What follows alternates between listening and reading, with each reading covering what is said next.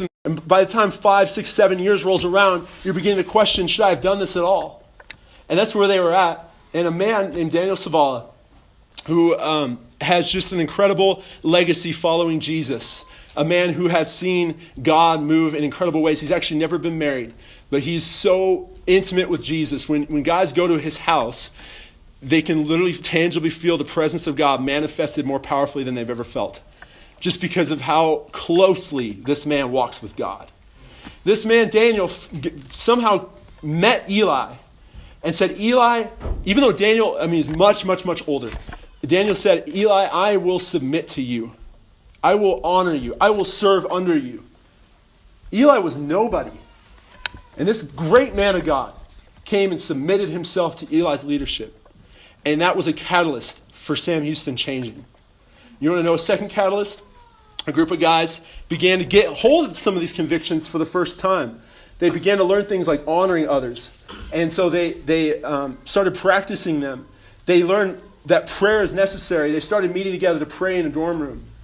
And one guy in particular, Steve Kutno, he's currently a missionary in the Czech Republic. He would just begin to weep for the campus.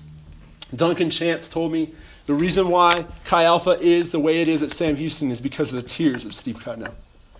And there's a third reason. There's a third thing that happened. Eli says there was just suddenly, he can't explain it, he can't take credit for it. Suddenly one year there was a generation of leaders just like you guys. A generation who just got it. They just got it. All across the board. Duncan was in that group. Andrew, Tyler, Jake. Some of these guys that came here and started the thing here, they got it. And so that early on, not long after that, those things started to mix together, and they experienced basically a revival on their campus. They had so many students needing to get baptized, they were baptizing them in the fountain on campus. Okay? They literally had to find water. They couldn't wait until the next baptism service every semester because so many people were getting saved. And it just exploded. It just exploded. Today it's well over 1,200, 1,500 students strong. Still going. And it started off just like this. And it was those things. And so this team of people, God sends them to CSU. And that not only do they have these convictions, but they also have this friendship.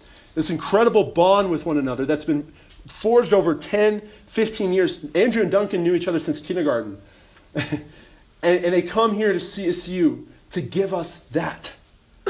They came here to give us that. It was like the fire, the fire revival. God took the coals out of it and he took them over here to CSU and he gave us this.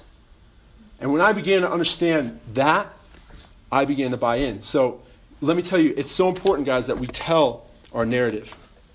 It's so